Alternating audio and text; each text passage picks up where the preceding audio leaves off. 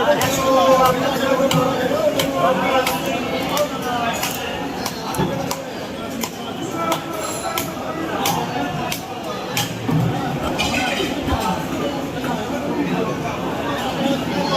Kilo ওজন, মাথার 4 kilo ওজন, মাথাটা 1 কিলো ওজন, মাথাটা 20 কিলো ওজন, মাথার ওজন 1 কিলো 3 কিলো। এখন কাটবো 1 কিলো দাও, 1 কিলো।